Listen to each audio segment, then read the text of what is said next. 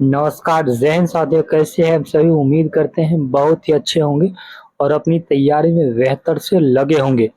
एक हमारे प्यारे साथी का कहना था जो पूरा सर ऐसा कीजिए जब पूरा डिस्कशन कराइए। तो आप लोग देखिए, ऐसा है आप लोग देखते नहीं थे, क्या होता क्या है जैसे पूरा डिस्कशन दिखाने के बाद आप लोग नहीं देखते हैं, इसी वजह से हम ऑब्जेक्टिव ही करा रहे थे। मगर देखते हैं आज आज देखते हैं डिस्कशन भी सभी जितना होता डिस्कशन देखेंगे, तो डिस्कस रहता है उसको भी देखेंगे। तो आइए देखते हैं आज का पहला क्वेश्चन। देखिए बिल्कुल ये 2026 का आपको new up to date book है। तो आप लोग जो है अगर इसका पीडीएफ चाहते हैं तो हमारे टेलीग्राम चैनल पर डेली इसका पीडीएफ डाल दिया जाता है। अभी थोड़ा थोड़ा करके डालते हैं, जितना पढ़ाते हैं उतना ही डालते हैं। उसके बाद एक बार पूरा पीडीएफ पूरा बनाकर आपको डाल देंगे। जब पूरा ये खत्म हो जाएगा तो ये आपको बायोलॉजी जो चल रहा है और जो है न्यू है, पुराना वाला हम पढ़ाए हुए हैं फिजिक्स, जाकर देखिए। तो बोलिए आज का पहला क्वेश्चन आपके लिए। अब थोड़ा आप लोग सपोर्ट कीजिए, चैनल को सब्सक्राइब कीजिए, वीडियो को लाइक कीजिए। बताइए निम्न में से कौन सा आहार मानव शरीर में नए ऊतक की वृद्धि के लिए पोषक प्रदान करता है। बताइए इसका आंसर। बिल्कुल इसका राइट आंसर हो जाएगा ऑप्शन सी, पनीर। तो आइए देखते हैं आगे। देखिए इसमें क्या है, और बात करें तो पनीर, जो पनीर के बारे में कैसे ध्यान रखना है। जो पनीर जो होता है मानव से नए उत्तक वृद्धि के लिए पोषक तत्व प्रदान करता है। और यह जो पनीर किससे बनता है जानते हैं। आम बात ये दूध का एक उत्पाद है जिससे विभिन्न जीवाणु जिसको हम लोग जानते हैं। जो दूध को दही में कौन बदलता है, लैक्टोबैसिलस जीवाणु बनता है। और ये जो पनीर बनता है ये भी ध्यान रखिएगा किण्वन प्रक्रिया के द्वारा बनता है, ध्यान रखिएगा। तो आइए नेक्स्ट क्वेश्चन देखते हैं। बताइए इसका आंसर आप लोग को देना है। प्रोबायोटिक खाद्य से संबद्ध निम्नलिखित कथनों पर विचार कीजिए। प्रोबायोटिक जो होता है खाद्य में सजीव जो होता है, सजीव जीवाणु विद्वान होते हैं जो मानव के लिए लाभदायक होते हैं। बिल्कुल ये आपका सही है। उसके बाद प्रोबायोटिक जो होता है खाद्य अंतर फ्लोरा के अनुरक्षण में सहायता देता है, ये भी आपका सही है। तीसरा ऑप्शन सी हो जाएगा। एक और दो दोनों कथन सही है। तो आइए आगे देखते हैं। देखिए प्रोबायोटिक खाद्य जो होता है मानव के लिए लाभकारी सजीव जीवाणु विद्वान होते हैं। साथ ही साथ प्रोबायोटिक जो होता है प्रोबायोटिक खाद्य एवं फ्लोरा के अनुरक्षण में सहायक होता है। उल्लेखनीय है कि अंत फ्लोरा यानी आंत के बारे में बोल रहा है। अंत फ्लोरा मानव पाचन तंत्र में मौजूद अरबों जीवाणुओं को संज्ञा दी जाती है। यानी जो आंत में जो जीवाणु रहता है उसको संज्ञा दिया जाता है अंत फ्लोरा। उसके बाद अंत फ्लोरा में लाभदायक एवं हानिकारक दोनों ही प्रकार के जीवाणु होते हैं, और दोनों प्रकार के होते हैं। उसके बाद प्रोबायोटिक खाद्य के लाभकारी जीवाणु एवं फ्लोरा के हानिकारक जीवाणुओं के साथ संतुलन बनाने में सहायक सिद्ध होते हैं। हो गया। तो आइए नेक्स्ट क्वेश्चन देखते हैं। थोड़ा जैसा लगे वैसा कमेंट में आप लोग बताइए। अगर इसमें कुछ सुधार किया जाएगा तो वो भी आप लोग बताइए कि देखिए कोई अगर किसी से गलती हो रहा है तो उसको खुद नहीं समझ आता है तो आप लोग जैसे आप लोग एक प्यारे साथी हमको बोले उसका जो डिस्कशन भी दिखाइए। डिस्कशन भी दिखाते हैं। चलिए देखते हैं आप लोग कितना प्यार देते हैं वीडियो का। हम बताइए प्रोजैविक परजीविक बायोटिक्स के संबंध लिखित कथनों पर विचार कीजिए। देखिए ये प्रोजैविक जीवाणु और इष्ट दोनों के बने होते हैं। ये कथन सही है कि नहीं बताइए आप लोग। बिल्कुल ये कथन सही है। प्रोजैविक जो होता है जीवाणु और इष्ट दोनों के बने होते हैं। प्रोजैविक में जीव खाए जाने वाले खाद्य में होते हैं किंतु ये नैसर्गिक रूप से हमारी नली नहीं पहुंच पाते हैं। नहीं नली तक पहुंचता है, ये गलत है। प्रोजैविक दुग्ध शर्कराओं के पाचन में सहायक होता है। बिल्कुल दूध शर्करा के हम जानते हैं रेनिन जो होता है दूध शर्कराओं के प्रोजैविक भी सहायक होता है। तो ऑप्शन इसका जो राइट आंसर हो जाएगा ए और सी, तो ऑप्शन सी हो जाएगा। 1 और 3 सही है तो ऑप्शन सी हो जाएगा। तो आइए देखते हैं। देखिए अगर बात करें तो प्रोजैविक ऐसे सूक्ष्म जीव है जिसका सेवन मानव शरीर हेतु लाभदायक होता है, बिल्कुल सही है। उसके बाद अगला है प्रोजैविको मुख्यतः जीवाणु इष्ट दोनों शामिल, तो ही कह रहा था, सही है। अतः कथन एक सही है, ठीक है। उल्लेखनीय है कि खाने के अलावा इन प्रोजैविकों का लेप भी मानव शरीर हेतु लाभदायक होता है, ये भी सही है। प्रोजैविक में पाए जाने वाले सूक्ष्मजीव नैसर्गिक रूप में हमारे शरीर के आंतरिक भागों में पाए जाते हैं, वहाँ क्या कहता नहीं पाए जाते, पाए जाते हैं, ध्यान रखिएगा। जिनमें आहार नली प्रमुख है, कथन दो गलत, इसीलिए आहार नली प्रमुख है, कथन दो गलत है। ये जैविक दूध में पाए जाने वाली लैक्टोज के हाइड्रोलिसिस को बढ़ाते हैं और इस तरह दूध शर्कराओं के पाचन में सहायक सिद्ध होते हैं। इन्हीं कथन 3 भी सही था। तो आइए देखते हैं प्यारे साथियों, आगे का क्वेश्चन बताइए। इसका आंसर आप लोग को देना है प्यारे साथियों, बताइए। निट्रा स्ट्रिकल्स उत्पाद है जिनमें होते हैं, क्या होते हैं, इसका आंसर दीजिए आप लोग। बिल्कुल बिल्कुल इसका जो राइट आंसर ऑप्शन डी हो जाएगा, पोषक और औषधि प्रभाव दोनों हो जाएगा। तो आइए नेक्स्ट क्वेश्चन देखते हैं। देखिए, तो बात करें तो न्यूट्रास्किल शब्द जो होता है न्यूट्रिशन तथा फार्मास्यूटिकल शब्दों से मिलकर बना हुआ है। देखिए, न्यूट्रास्यूटिकल जो होता है उत्पाद नियमित पोषक मूल्यों के साथ साथ औषधीय लाभ प्रदान करने के लिए जाने जाते हैं, बिल्कुल वही पूछ रहा था। तो आइए नेक्स्ट क्वेश्चन देखते हैं। बताइए, इसका आंसर आप लोग को बताना है। फंक ने निम्नलिखित में से किसका आविष्कार किया था, बताइए। बिल्कुल ऑप्शन ए बिल्कुल राइट हो जाएगा, विटामिन का। किसका किए थे, विटामिन का किए थे, ध्यान रखिएगा। देखिए, ये जो होता पोलिश वैज्ञानिक कैसिमर फक पोलैंड के थे, ठीक है, पोलैंड के थे। और ये वैज्ञानिक के इसका पूरा नाम क्या था, कैसिमिर फंक ने पहली बार विटामिनों की अवधारणा की निरूपण किया तथा विटामिन शब्द का सर्वप्रथम प्रयोग किया था किसने, फंक ने। और कब किया था, ध्यान रखिए 1911 में किया था, 1911 में किया था। तो आइए नेक्स्ट क्वेश्चन बताइए, निम्नलिखित में से कौन सा कथन आपका सही नहीं है, बताइए। बिल्कुल ऑप्शन ए बिल्कुल सही, मैकुलन। ऑप्शन बी ये भी सही है। ऑप्शन सी जेम्स लीड ये भी सही है, लेकिन ऑप्शन डी नहीं है, पॉल मुलर नहीं, यही गलत था। तो ये ऑप्शन डी आपका हो जाता। ये कौन सा सही नहीं गलत पूछना था, ऑप्शन डी गलत है। तो ये ऑप्शन आपका आंसर सही आंसर ऑप्शन डी हो गया। तो आइए नेक्स्ट क्वेश्चन देखते हैं, बताइए।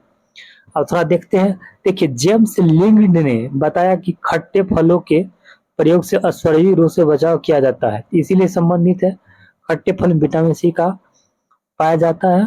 पॉल मूलर विटामिन डी से संबंधित नहीं है, ये डीडीटी के कीटनाशक। देखिए, ये जो देखिए जो पॉल मूलर थे ना, ये डीडीटी के कीटनाशक जीवाणुओं की खोज एवं मलेरिया, पित्त ज्वर जैसे वेक्टर रोगों के रोकथाम में इनकी प्रयोगिता के लिए जाने जाते हैं। विटामिन ए एवं विटामिन की खोज किसने किया था, यह मैकुलन के द्वारा किया गया था, ये सही था, यही हो गया। आइए नेक्स्ट क्वेश्चन देखते हैं, बताइए। विटामिन क्या होते हैं, बताइए। विटामिन क्या होते हैं प्यारे साथियों, बोलिए आप लोग। बिल्कुल आप लोग प्यार दीजिए वीडियो का। बिल्कुल ऑप्शन ए बिल्कुल राइट है, कार्बनिक। देखिए, कार्बन का बना होता है, इसलिए कार्बनिक, जो कार्बन से नहीं बना होता उसे अकार्बनिक कहते हैं। अधिकतर आपको कार्बन से ही बने होते हैं। देखिए, विटामिन जटिल कार्बनिक यौगिक होते हैं जो कि शरीर में उपापचय क्रियाओं में अभिक्रिया में उत्प्रेरक का काम करते हैं, ठीक है, क्रिया को नियंत्रित करते हैं। जंतुओं को अधिकांश विटामिन भोजन से प्राप्त होते हैं, ठीक है, क्योंकि इनका संश्लेषण पादप करते हैं। मानव शरीर के लिए 13 प्रकार के विटामिन आवश्यक है, जिन्हें 2 भागों में बांटा गया है, जल में घुलनशील और वसा में। जल में घुलनशील बी और सी, उसके बाद वसा में ए डी ई के, ये सब ध्यान रखिएगा। आइए देखते हैं नेक्स्ट क्वेश्चन। बिल्कुल, अगर पूरा आज इसे डिस्कशन देखेंगे तो थोड़ा कम क्वेश्चन होगा, क्योंकि फिर ज्यादा टाइम, क्योंकि ये डिस्कशन थोड़ा टाइम लगता है, इसीलिए ज्यादा लंबा वीडियो नहीं ले जाएंगे। बताइए, देख लेते हैं और एक चैप्टर। एक एक पेज और देख लेते हैं। निम्नलिखित में से यौगिकों के किस समूह को सहायक आहार कहा जाता है, बताइए। बिल्कुल, देखिए वसा हमको अच्छा चाहिए, प्रोटीन अच्छा चाहिए, हार्मोन ठीक ठाक चाहिए, लेकिन ऐसा तो है जो आपको पूरा विटामिन को सहायक आहार जो होता है, एक प्रकार आहार पूछ रहा था, ये विटामिन, ये तो हार्मोन आहार थोड़े हुआ। आहार जैसे वसा, प्रोटीन, कार्बोहाइड्रेट से आहार हुआ, इसीलिए विटामिन थोड़ा सा, जैसे दवाई के रूप में विटामिन लेते हैं, थोड़ा सा जरूरत, इसलिए सहायक आहार कहा जाता है। तो ऑप्शन डी बिल्कुल इसका करेक्ट हो गया। अब बताइए, विटामिन एक यौगिक है जो सहायक आहार भी कहते हैं। इस विचार को स्पष्ट करने वाले पहले वही फ्रेडरिक कोवलेंट हॉपकिंस। यह देखिए, यह जो विटामिन का सहायक आहार होता है, यह किसने कहा था? हॉपकिंस के द्वारा कहा गया। ध्यान रखिएगा, फ्रेडरिक कोवलेंट हॉपकिंस के द्वारा कहा गया था। इसका अब आप लोग बताना है। अधिकांश जो होता है, अधिकांश विटामिन मानव शरीर में संश्लेषित नहीं किए जाते हैं। बिल्कुल सही है, अधिकांश नहीं, कुछ किए जाते हैं। बिल्कुल कथन सही है। मानव हम केवल अनिवार्य सूक्ष्म पोषक का ही संश्लेषण करते हैं, नहीं अनिवार्य थोड़े करते हैं। अनिवार्य मतलब क्या होता है? जो पौधों से प्राप्त होता है वो अनिवार्य है, जो खुद से वो मतलब अनावश्यक होता है तो खुद से अनिवार्य नहीं करता है, बल्कि वो पौधों से प्राप्त करता है। ये आपका क्या होगा? एक सही है और गलत है, इसका जो राइट आंसर ऑप्शन सी हो जाएगा। देखिए, अब बात करें तो अधिकांश, देखिए देख लेते हैं डिस्कशन। अधिकांश विटामिन मानव शरीर में संश्लेषित नहीं किए जाते हैं और इसलिए उन्हें पर्याप्त मात्रा में भोजन द्वारा ग्रहण किए जाने की आवश्यकता होती है। बिल्कुल सही।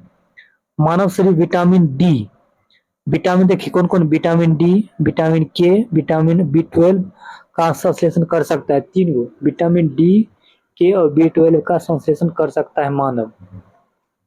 मानव शरीर हेतु आवश्यक अधिकांश विटामिन, खनिज तथा आहारीय घटकों का शरीर स्वयं स्वयं जो होता है मात्रा में निर्मित नहीं कर सकता। इन्हें यह अनिवार्य सूक्ष्म खुद मात्रा में नहीं करता बल्कि पौधों से लेता है, तो गलत था। तो आइए नेक्स्ट क्वेश्चन देखते हैं, बताइए इसका आंसर आप लोग दीजिए। मानव शरीर अपने लिए सभी विटामिनों का संश्लेषण करता नहीं, तब ये खुद बोले थे सभी प्रकार का नहीं कर लेता है, कुछ करता है। जैसे विटामिन डी, विटामिन के और बी 12, ये ध्यान रखना है। शरीर के उचित विकास के लिए विटामिन अनिवार्य होते हैं। बिल्कुल आपका सही है, क्योंकि हम लोग जानते हैं शरीर का कहीं और कुछ सही से विकास नहीं, वहां विटामिन की भी जरूरत होती है, बिल्कुल अनिवार्य होते हैं। ये गलत और सही हो जाएगा। तो ऑप्शन देखिए, बिल्कुल ये सही और गलत, ऑप्शन ए गलत होगा, ये गलत और सही ऑप्शन डी हो जाता। बताइए, देखिए वही वही रिपीटेड रहता था, देख लेते हैं। उचित के, देखिए शरीर के उचित विकास के लिए अनिवार्य विटामिन अनिवार्य होते हैं, बिल्कुल सही है। और इनकी कमी से हीनता रोग होने की संभावना रहती है।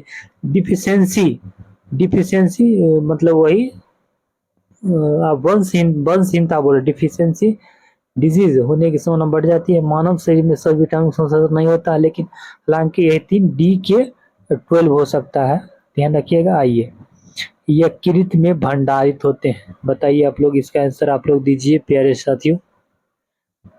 बिल्कुल इसका राइट आंसर ऑप्शन डी हो जाएगा, क्योंकि हम लोग जानते हैं सी नहीं होता है, बी नहीं होता है भंडारित, नहीं सी होता है, तो ऑप्शन डी हो जाएगा ना। देखिए 2024 में पूछा गया है। यकृत मानव शरीर की, देखिए मानव शरीर की सबसे बड़ी ग्रंथि पूछे तो क्या मारना है? यकृत मारता है। लेकिन मानव शरीर अंतःस्रावी में सबसे ग्रंथि कौन सा होता है, बताइए।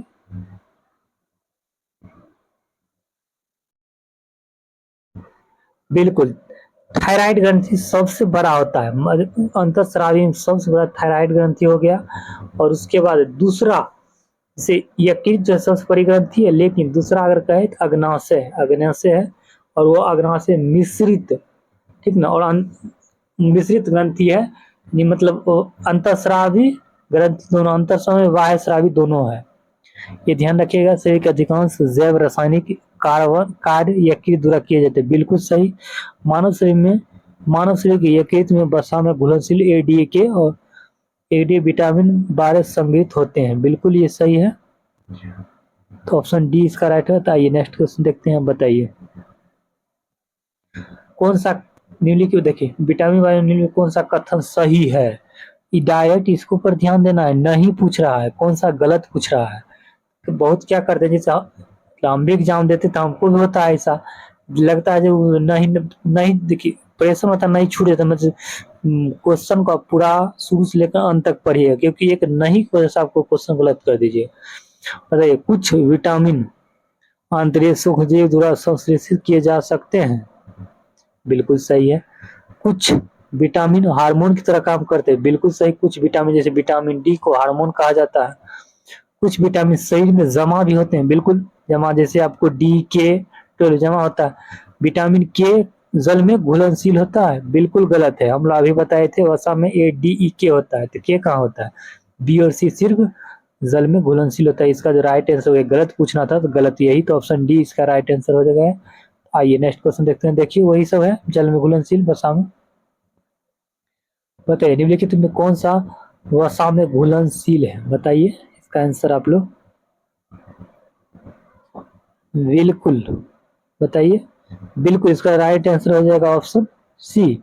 हम लोग जानते हैं वसा में घुलनशील ADE, जल में BC, बी और सी जल में घुलनशील है, ये ध्यान रखिएगा।